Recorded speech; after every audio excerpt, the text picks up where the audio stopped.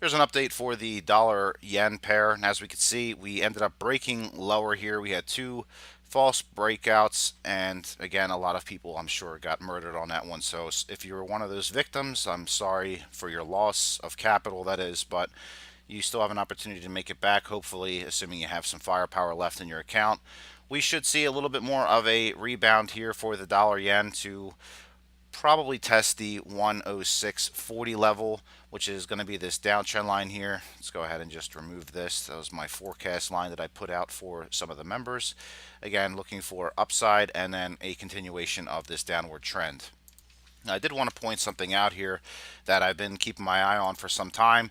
After we did see this break of this weekly uptrend line here, I've been waiting to see when we would start seeing aggressive sell-off action. We are getting close. I think that we have maybe one more, bullish candle to try to put in here, or at least a bullish attempt to, like I said, around that 106.40 area, or even better still, back up to the 107 one final time before we start seeing prices roll over. But who knows? I could be wrong on that.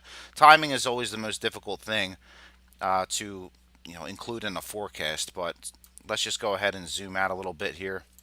Okay, so I switched it up to the monthly time frame and put in some fibs for everybody to see what I'm kind of looking at and what I expect. And obviously, if you've put 1 plus 1 together and used your eyes and followed the circle, I expect price action to eventually. Okay, this is a monthly time frame. These moves take a long time typically to get to the end game, which will be around 77 in this point.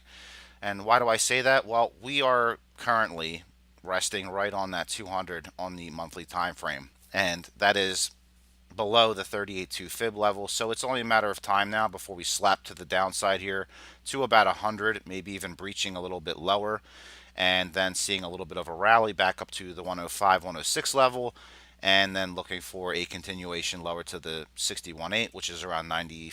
Let's call it 95.90, and then again looking for another bounce, and then heading lower to 87.72. So ultimately, we are looking at fear coming back into the market, and by fear I mean dollar yen.